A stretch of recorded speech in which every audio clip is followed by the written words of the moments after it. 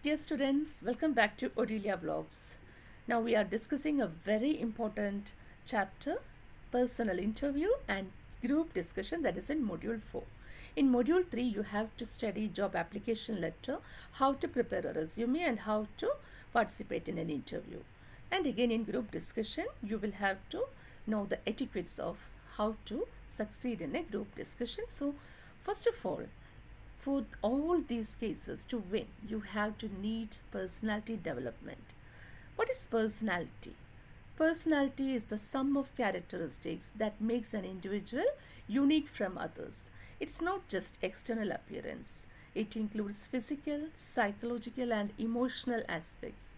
Every individual is born different. Some might be lazy, some might be reserved, some might be hardworking, some might be always drowsy. So these feelings of a person that comes from his childhood experiences and the situation how he grew up. But these attitudes towards life should be changed. His personality should be developed. Only then he can make his own mark in this global world. Personality development grooms him for making his own mark in this world, and also it will make him disciplined, punctual and also charismatic.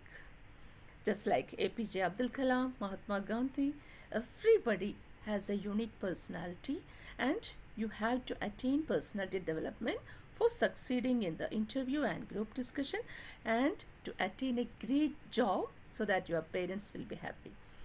On March 23, as it is Ramadan starting, I have to complete today itself module 3 and module 4, and module 5 is just out of syllabus because most of the things you have to study, it's on conversation on different topics. I will just give a brief idea of module 5. Today itself I will complete all the 3 modules because from namaz you all should perform namaz. You should make dua aloud in this sacred month. Allah will help all of us, and all the best for your exam, students. Study very well. Thank you.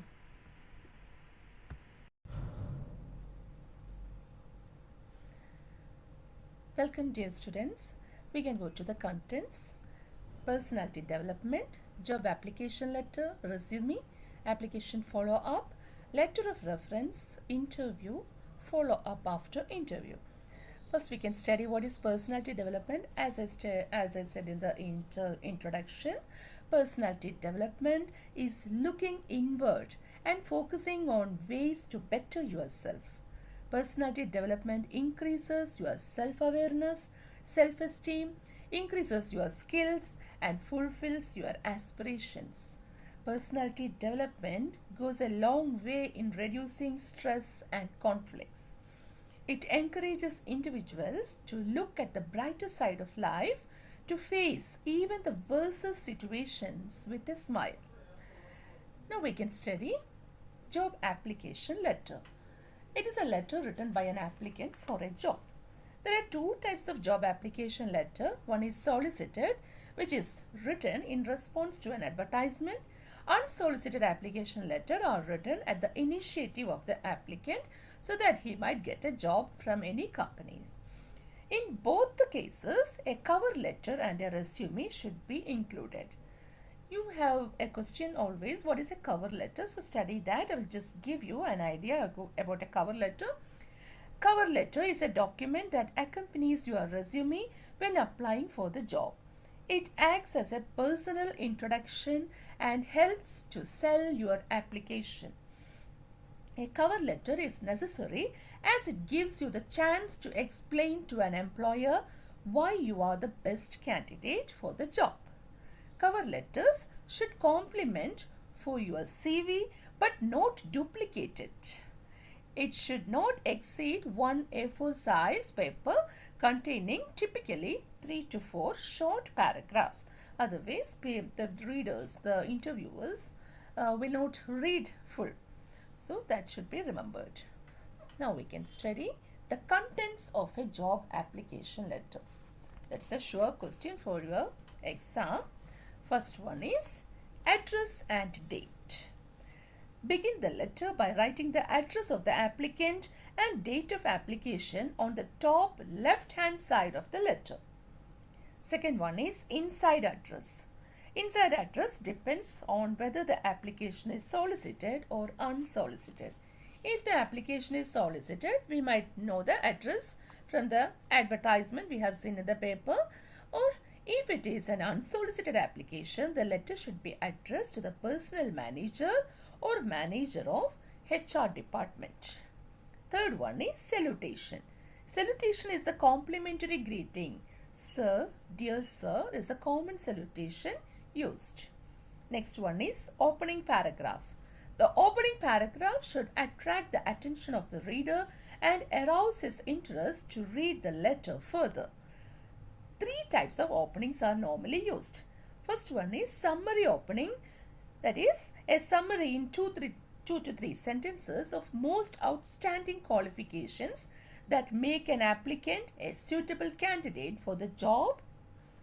Next is source opening. Begin the letter with a reference as to how you learn about this job. Next, question opening. The letter is started with a question suggesting your understanding of the needs of the organization and how you fulfill them. Next is middle paragraph. Middle paragraph should contain your education qualification, your work experience, and personal details.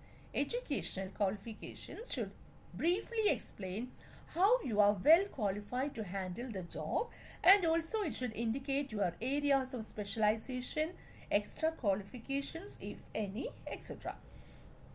Work experience should mention the practical experiences relevant to the present job.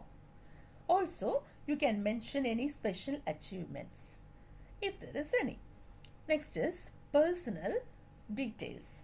Mention the name, address for communication, date of birth, marital status, languages known, nationality, leadership qualities, ability to work as a team, initiative, and communication skill. So next we can come to the sixth point, that is closing paragraph. The closing paragraph shall persuade the employer to act. Seek an opportunity to convince the prospective employer of your merit. For example, may I look forward for an interview with you at your convenience? You can ask like that. Or, I hope that my qualifications will merit your consideration. This is the style you have to write. Seventh point is complimentary close. The polite way of ending a letter by using some respectful phrases is known as complimentary close. The respectful phrases includes yours faithfully, yours truly, etc. Next is signature. Below the complimentary clause, the signature of the applicant is written along with his name. A letter without signature is invalid. If there is any enclosure, mention the number or the name of documents enclosed with the application. Now we can go to the resume. Now we can study what is a resume. A resume is a written summary of the career objectives, educational qualifications, work experience, achievements, references, and personal details of an applicant for a job. It is also known as curriculum vitae or CV. It's an annexure to a job application letter. To enhance the outlook of a resume, print it on a good bond paper. Use 12 or 14 font size. Avoid italicizing or underlying words. Use plenty of white spaces. Now we can study the types of resume. One is chronological resume. Second one, skills or functional resume. Third one, combination of resume. First one, chronological resume. It summarizes the educational qualifications and work experience acquired by an applicant during a particular period. This type of resume is recommended when the education and work experience of the applicant show a steady progression leading to the present. The most recently acquired qualifications and work experience are listed first in chronological resume. Second one is skills resume or functional resume. It emphasizes the skills acquired and used by an applicant for the performance of a job. It is considered by people with limited employment history.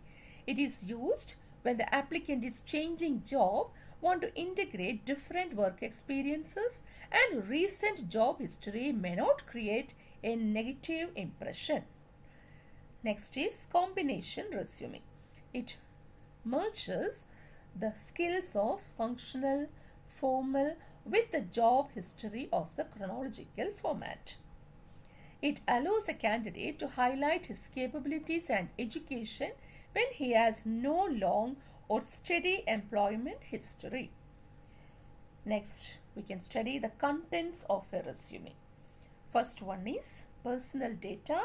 It consists of the name of the applicant, address for communication along with landline number, mobile number and email address, his date of birth, marital status and nationality. Statement of objectives include a short, clear statement of career objectives. The employer should be able to understand at a glance the position the applicant would like and the job opportunities he is looking for in the organization. Next, work experience. It gives details of the work experience starting with the current job and then move back to the first job. List the name and address of the organization, the positions held, date of employment, nature of job and job responsibilities you have done in the previous organizations. It should indicate the skills that the applicant has gained through his work experience. Next, educational qualifications. List the academic and professional qualification. Begin with the highest qualification and go downwards. You should mention the name of the course, year of passing and name of the board or university. Marks or grades for each examinations shall be included. Next, extracurricular activities. Mention all the extracurricular activities to which participated, giving details of the positions held and achievements. The details of extracurricular activities will project the applicant as a person with a wide range of interests and an enriching exposure. The last point is references. Give 2 or 3 references to whom the prospective employer can contact for detailed information about the applicant. Do not give the names of relatives as references. The references should be familiar with the career and personal qualities of the applicant. Usually it might be your professor in the college or your earlier employer. The applicant must obtain prior permission from the reference before listing them in the resume. Now we can go to the next session, steps in resume writing. That is very important. There are 3 steps. First one is planning the resume, second one writing the resume, third one completing the resume. First one, planning the resume. Planning the resume is deciding in advance about the message intended to stimulate the interest of an employer in offering a position in the organization to an applicant for a job. It involves some activities. That is, first one, analyze the situation. The purpose of a resume is not to get a job but to get an interview. Learn about the individuals who may be reading your resume. Many professionals and managers are bloggers, Twitter users and LinkedIn members, so a candidate can learn more about them online. Next, gather information. Gather all information regarding work experience, educational qualifications and achievements. Also gather information about school or volunteer activities relevant to your job search, including offices held in any club or professional organization, presentations made, and online or printed publications. Next, choose media and channels. Produce this resume in several media and formats. Start with a printed paper resume. Develop the resume to plain text file, MS Word file, PDF and online versions as needed. Next, organize the information. There are 3 methods to organize a resume: chronological, functional and a combination of the 2 that we discussed earlier. Choose an organizational model that highlights your strengths and downplays your weakness. Next is writing the resume.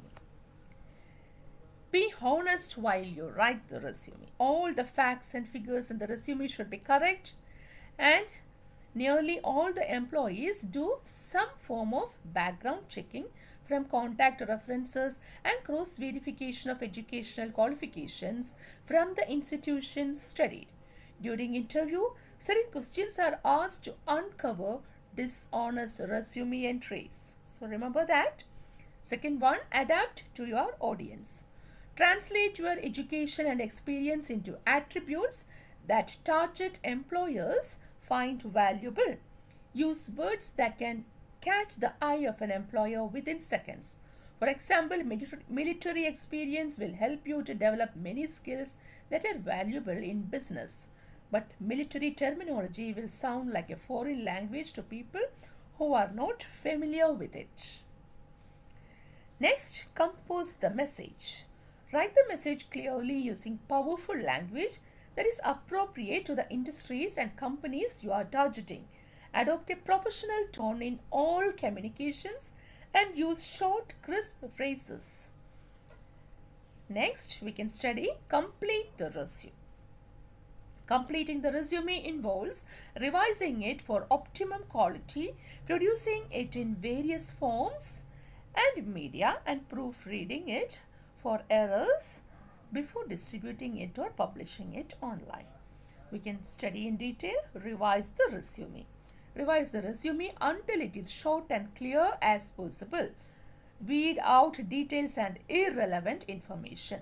The length of a resume depends on the depth of experience and the level of position for which the candidate is applying. Second one, produce the resume. Use effective design elements and suitable layout for a clear and professional appearance for a resume. Don't choose a resume style just because it is trendy or different. Make sure that recruiters can pick out key pieces of information in a matter of seconds. Be prepared to produce versions of your resume in multiple formats.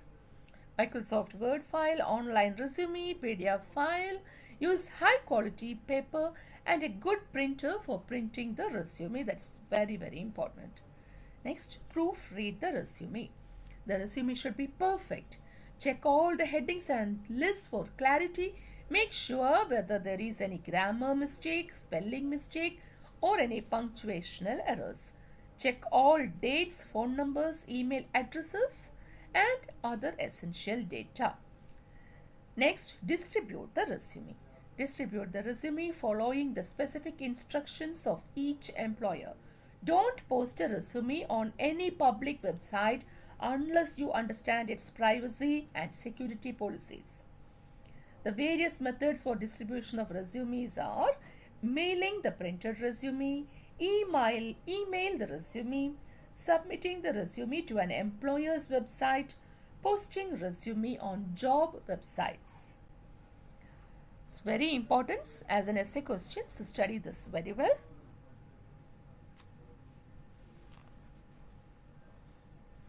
Now we can study the guidelines for a good resume. It's a sure question for your exam. First one, keep your resume clear and concise. An employer takes an average of 30 seconds to skim a resume. You want them to see right away that you are qualified for the position. Second one, proofread your resume numerous times. Be sure there is no spelling mistake or grammar mistake or any punctuational error. Have someone else read it over as well. Next, limit your resume to 2 pages.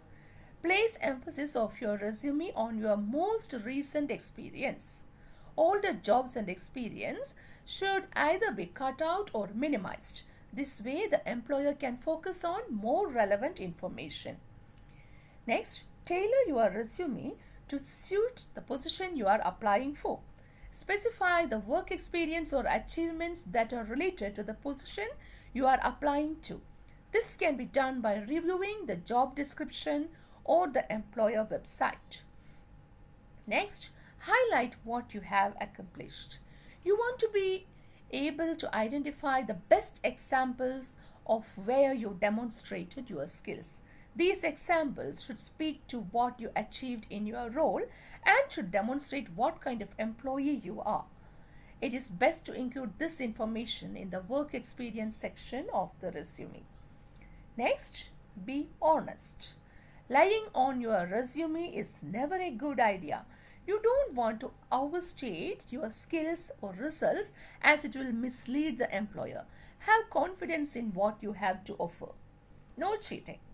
Next, quantify your achievements. Use firm numbers that the employer will understand and be impressed by.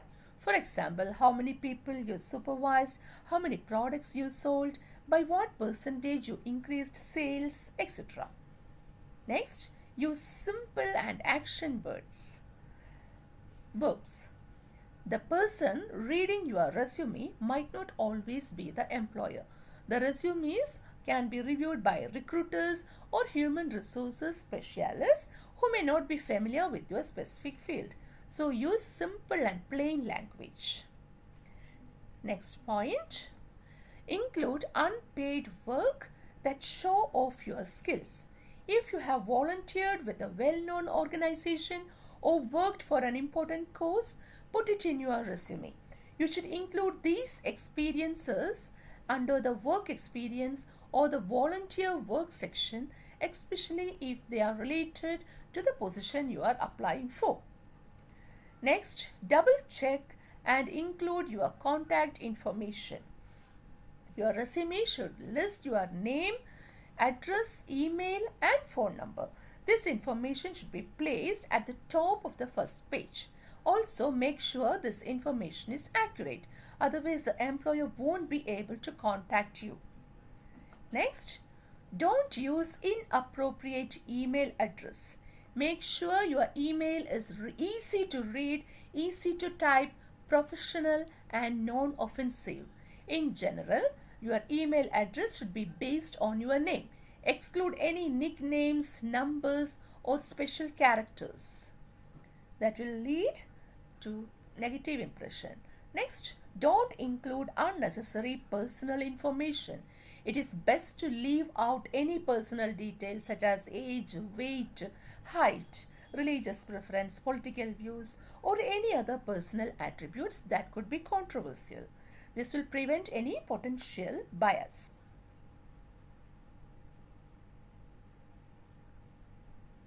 The last point, don't include reasons for leaving previous jobs.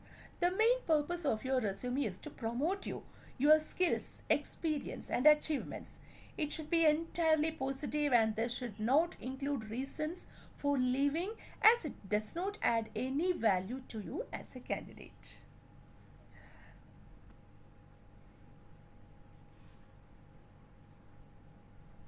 Now we can study application follow-up. It means maintaining contact by the candidate with the employer after submission of the resume and job application letter. The follow-up message should demonstrate that you are really interested in working for the organization. There are some points to be considered while making application follow-up. First one, don't say or do anything to leave a negative impression. Employers are always evaluating your communication skills and professionalism. Second point, adhere to the instructions provided by the employer. For example, if a job posting states no calls, never call them. Third point, don't call or write before the close date is prescribed. The company is still collecting applications and will not have made a decision about candidates' interview date. If there is no close date mentioned, then you can contact the employer by mail or email or telephone after 1 or 2 weeks of submission of the resume. To gather information, ask a question about the hiring process.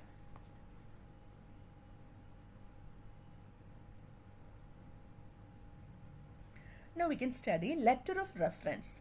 It is a letter written by an employer to a reference seeking his opinion on the character, competence, and work experience of a prospective applicant for a job. While writing to a referee Some points should be considered. First one, use a polite language. The letter should seek specific information about the applicant. The letter should be marked confidential. Enclose a prepaid self-addressed envelope for the convenience of the referee. Assure to the referee that the information supplied will be treated as confidential. A letter of reference shall contain the following information: length and nature of the acquaintance with the applicant, brief description about the nature and character, opinion about the suitability for the post applied for. The reply of a reference may be favorable or unfavorable.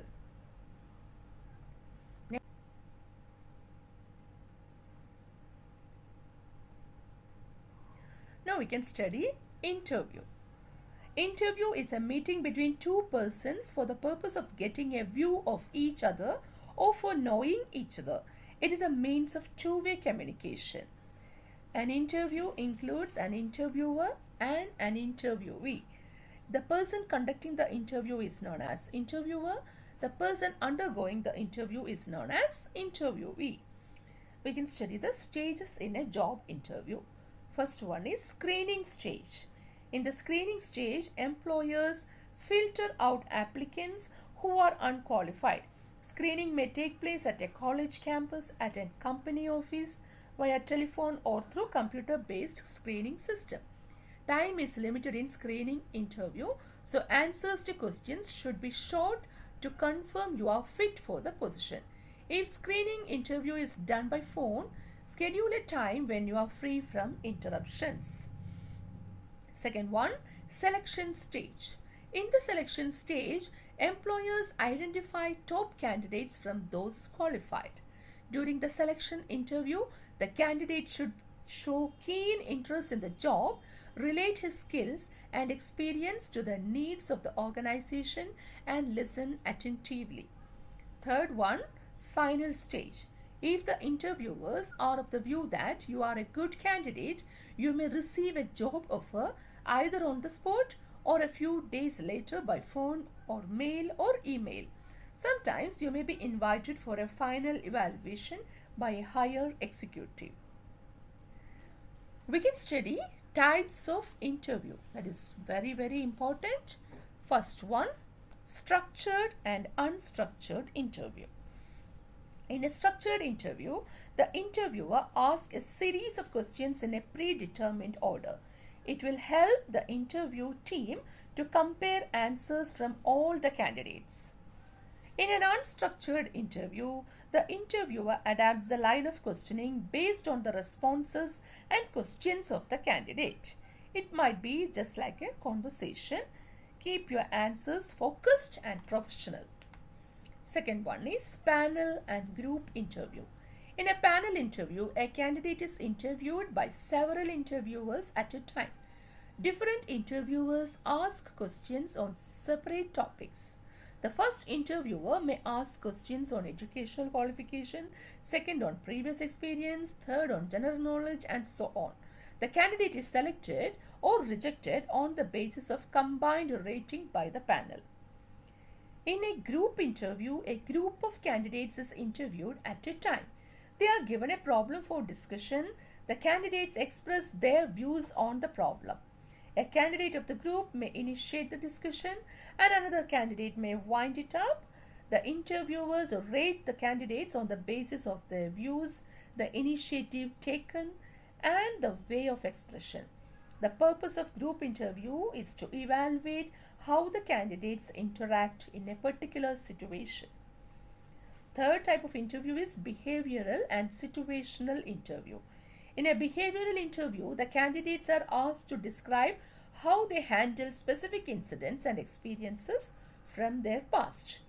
Behavioral questions require candidates to use their own experiences and attributes to craft answers. Get ready with responses that quickly summarize the situation, the actions taken, and the outcome of those actions. In a situational interview, the candidates are asked to explain how they would handle various hypothetical situations on the job. It is similar to behavioral interview. The situations will relate closely to the job the candidate is applying for. Next, orientation interview. Orientation interview is conducted to acquaint the new employee with his job and organization. Its aim is to establish a positive relationship between the employer and the employee. The initial attitudes and perceptions formed in the interview strongly influence the employee's motivation and morale on the job. The interviewer must provide the interviewee information regarding company policies, job, culture of the organization, traditions, and office space. He must introduce the employee to the people who will assist him in training. He must give the employee initial tasks to perform and inform the performance expectations from him. Next, exit interview. Exit interviews are conducted by the personnel manager of the organization to find out why an employee has decided to leave the organization. Such interviews prove unproductive if the employee chooses to remain silent and does not tell the reasons of leaving. Last type is stress interview. Stress interview is conducted to ascertain how a candidate will respond under conditions of stress and strain. It is conducted to see how a candidate will handle a situation under pressure. He may be subjected to long periods of silence, criticism, or hostile reactions by the interviewer. If you find yourself in a stress interview, recognize what is happening and collect your thoughts for a few seconds before you respond. Those candidates who remain assertive without being aggressive are selected. In business interviews, stress is usually psychological, where a group of interviewers fire rapid questions.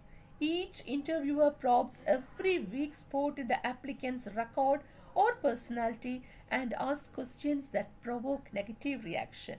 So the patience is very essential in stress interview, and to be assertive, never aggressive.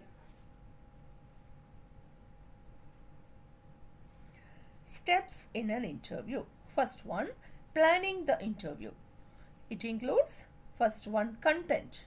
The interviewer should decide the purpose of the interview, key areas to be discussed, and the structure of the interview. Prepare a list of questions to be asked in the interview. Second one, resume. The interviewer should be fully conversant with the resume of the candidate before the interview. Addressing the candidate with his name creates a better impression. If the interviewer is prepared in advance, he can ask better questions. Third point is strategy. The structure of interview should be decided beforehand. In a directive strategy, the interviewer decides the pacing and subjects to be covered. It is useful for acquiring large amount of information from the interviewee. In a non-directive strategy, the interviewee controls the subjects and pacing of the interview, and the interviewer assumes the role of emphatic, non-judgmental listener, which is useful for counseling interviews. Next is environment. The environment, timing, and seating arrangement must be given due attention in the preparation of the interview. The interview may be staged in the office of the executive or in the boardroom. There should be privacy and freedom from interruption. Next, timing of interview. The interviewer should decide the time and date of interview considering his business and engagements. Interview may be conducted in the morning or in the afternoon. The date of the week should also be decided by the interviewer. Next is seating arrangement. The physical distance between interviewer and interviewee is very important. A distance of about 5 feet is considered comfortable in a two-person interview. Some people feel uncomfortable sitting nose to nose in an interview. The seating arrangements vary depending on the type of interview.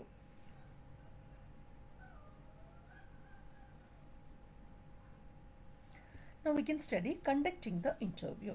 First one, opening of interview. Opening is the most important part of the interview. Its purpose is to motivate the interviewer and the interviewee to communicate freely and accurately. It establishes the rapport between the interviewer and interviewee and explains the purpose of the interview. Second one, building positive relationship. The interviewer should build a positive relationship with the interviewee. He should greet the interviewee graciously and have a small talk about family matters to relieve the tension in the interviewee. Third point, explain purpose of the interview. Once the rapport has been built, the purpose of interview should be explained clearly. Though both the parties know it very well, yet the interviewer should state the goal and meaning of the interview. This kind of orientation reduces the anxiety of the interviewee. Next, type of questions to be asked. We can ask two types of questions in an interview: open questions and closed questions. Open questions are broad in nature and provide freedom to the interviewee to respond, just like tell me about yourself, what are your views about the current political scene, etc. And this will contain enough scope to reflect the personality of the interviewee. Closed questions restrict the interviewee's response to a specific topic. For example, questions like how long you have worked there or which training courses you have passed. These are all questions which elicit specific kind of information the interviewer desires. Next, closing of interview. Thank the interviewee for having come for the interview and tell him that he will soon be informed of the outcome of the interview. Next, we can study preparation for a job interview. Both the interviewer and the interviewee shall make proper preparations. First of all, preparation of interviewer. Planning the interview, it includes a lot of steps. I will tell you. First one, screen the application forms and call only suitable candidates for the interview. Second one, call the candidates for interview through letter of interview in advance. In letter of interview, mention clearly the venue, date and time of interview and the documents the candidate should bring. Third point, make proper seating arrangements for the candidates in the waiting room and for the selection committee in the office. Fourth point, keep the interview room separate from other business activities to avoid any disturbances. Fifth point, prepare classified information about various candidates and give a copy of it to all the members of the selection committee. Sixth point, decide beforehand the questions to be asked by various specialists of different areas. The last point, prepare a list of candidates showing the sequence in which they will be called. A copy of the list shall be exhibited in the waiting room. Second process is conducting the interview. It includes again some steps. First one, welcome the candidate and respond to his greetings. Initiate the dialogue between yourself and the interviewee. Make the candidate feel at ease by asking questions about his name, academic qualifications, and reasons for preferring the organization. Fourth point, encourage the candidate to express more by responding through facial expressions, eyes, and nods of the head. Fifth point, listen attentively. Next point, respect the sentiments of the other person even if you do not agree with him. Next point, accept for the time being what the candidate says than criticizing or showing surprise. Eighth point, make full enquiry about the interviewee's academic qualifications, achievements, work experience, and habits. Next point, give equal attention to the verbal and non-verbal expressions of the interviewee. Next,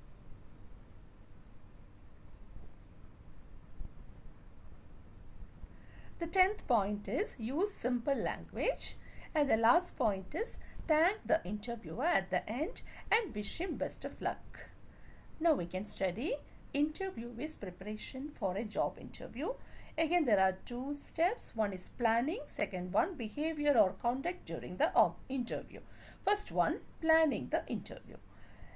First of all, there are some steps. First step is know the organization and nature of job beforehand. Anticipate the possible questions related with the job and subject and prepare for them thoroughly. Prepare a file where all required documents like interview letter and certificates are arranged. Next point is dress suitably to look smart, usually a formal dress. Fifth point, arrive for the interview before the scheduled time so that you can take rest and relax. Last point, regain confidence before entering the interview room. Next, the behavior during the interview is very important. First one, greet the interview board with polite wish. Second point, sit in natural way when asked to sit. Pay attention to the questions asked by the interviewer and respond them. Be honest in answering the questions. If you do not know answer to a question, admit it politely. The next point is answer in brief and to the point. Sixth point, be positive in your approach. Express enthusiasm for the organization and for the job. Seventh point, avoid shifting of seats, biting fingernails, playing with the paperweight and adjusting knot of necktie. It shows your nervousness and anxiety. Eighth point, never annoy or offend the interviewer. Next point is control your negative emotions and impulses. Tell in frank and polite manner about the previous job without criticizing previous employer and colleagues. Next point, avoid looking funny or too serious. 12th point is the last point. Thank the interviewer at the end of the interview and move out of the interview room in a confident manner.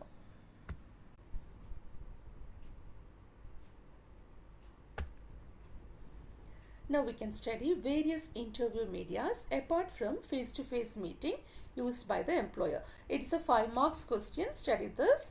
First one is telephone interview. In a telephone interview, the candidate should treat the interview as serious as in-person interview. Prepare for the interview with a copy of the resume sent by the employer. Since it is not possible to use a pleasant smile, a firm handshake, and other non-verbal signals to create a good impression, you should use a positive, alert tone of voice. Second one, email and instant messaging. These are used in the screening stage of the interview. Review and edit each response before sending. Maintain a professional style in giving responses and ask questions that demonstrate your knowledge of the company and the position. Third one is video conferencing. Many employees use video for both live and recorded interview. With recorded video interview, an online system asks a set of questions and records the respondents' answers. Employers later watch the video as a part of screening process. Prepare for a video interview as you would be for an in-person interview.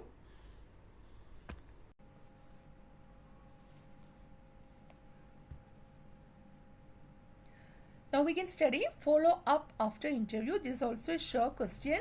First one is message of enquiry.